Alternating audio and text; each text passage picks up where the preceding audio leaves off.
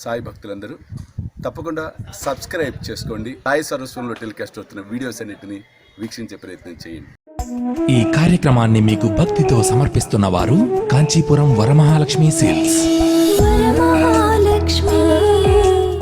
సాయి సర్వస్వం వీక్షిస్తున్న సాయి భక్తులందరికీ సమర్థ సద్గురు సాయినాథుడి దివ్య అనుగ్రహం లభించాలని ఆశీర్వదిస్తూ, వాడు బాధపడితే నీకు సంతోషమా? ఇది థంబ్నెయిల్. ఎవరు బాధపడితే ఎవరు సంతోషం, ఎవరిని ఎలా మార్చారు? ఇది సాయినాథుడిచ్చిన గొప్ప లీల, ఒక అనుభవం, ఒక భక్తుడి యొక్క అనుభవం. ఒక భక్తుడు ఉండేవాడు. గురువారం బాబా దగ్గరికి వెళ్ళి బాబాను దర్శించుకొని చక్కగా ఆయన పూజలు చేసుకుంటూ జీవితాన్ని గడుపుతూ ఉన్నాడు. చాలా గొప్ప భక్తుడు. అంటే గొప్ప ఇన్ ద సెన్స్ తన పని తను హారతులు పాడుకోవటం, ఎవరి విషయాల్లో జోక్యం చేసుకోకపోవటం, చేతనైతే ఇంకొకరికి సహాయం చేయటం. అతను అనుభవాన్ని నాకు పంచుకున్నాడు. ఒకసారి వచ్చి, గురువుగారు ఇట్లా జరిగింది నాకు. ఆఫీసులో అతని కొలీగ్ ఒకతను ఉన్నాడు, కరుణాకర్ అని. చాలా క్లోజే. కానీ విచిత్రమైనటువంటి పరిస్థితి ఏంటంటే, ఇతను గమనించాడు అతనికి అసూయ ద్వేషభావనలు ఎక్కువ. ఎదుటివాడు పైకి వస్తుంటే తట్టుకోలేడు. ఎదుటివాడికి ఆనందం వస్తే ఇతనికి బాధగా ఉంటుంది.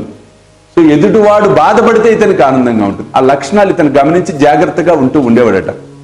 ఒకరోజు కర్మవశాత్ అంటాం ఇవన్నీ జరిగేది. బాస్ ఏం చేశాడంటే, ఆఫీసులో అందరి ముందు ఇతన్ని ఎవరైతే భక్తుడు నాకు అనుభవాన్ని చెప్పాడో అందరి ముందు ఇయర్ ద బెస్ట్ ఎంప్లాయీ ఇతనే అని చెప్పి డిక్లేర్ చేసిన దగ్గర నుంచి ఈ కరుణాకర్ అనే కొలీగ్కి కడుపులో మండిపోతుంది. ఒకరోజు ఏమైందంటే, చాలా ఇంపార్టెంట్ అబ్రాడ్ ఫైల్, అదేదో సంథింగ్ ఒక ఫైల్, ఇంపార్టెంట్ ఫైల్, ఇతను ర్యాక్లో ఉండవలసిన ఫైల్ కాస్త కనిపించలే.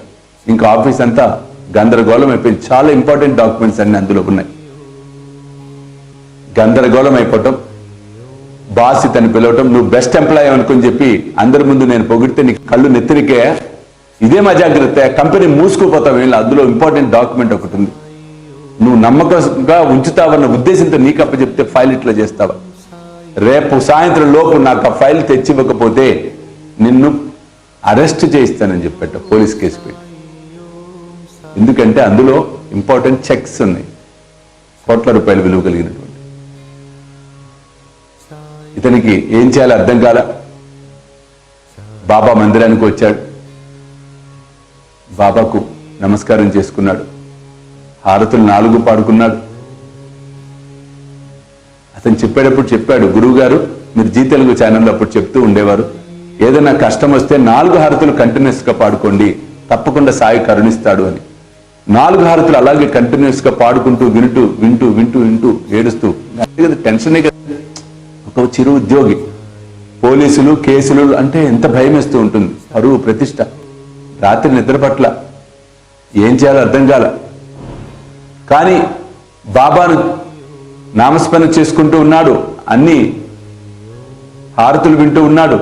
కానీ ఎంతైనా కానీ అంత శ్రద్ధగా చేయలేం.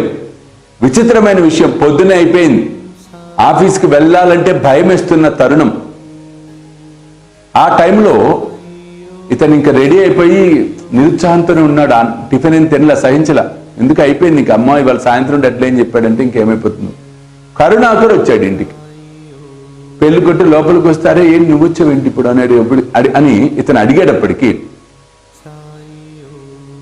కరుణాకర్ ఒక్కసారి వీడిని గట్టిగా పట్టుకొని, రే నన్ను క్షమించరా, నేను తప్పు చేశాను వెక్కి ఏడుస్తున్నట్టు. ఏం చేశావంటే, బాస్ ఆ రోజు నువ్వు బెస్ట్ ఎంప్లాయ్ అన్నాడు కదా, నాకు కడుపులో మండిపోయింది, చేసిన తప్పు చెప్తున్నా.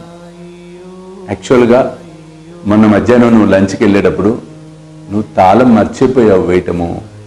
నేను ఆ టైంలో ఆ ఫైల్ తీసేసి దాచిపెట్టి తాళం వేసి గుర్తుందని నేను తెచ్చిచ్చవరే, తాళం వేయటం మర్చిపోయారు, ఎవరైనా ఏమైనా ఎత్తుకుపోతే నీ పరిస్థితి ఏంటని.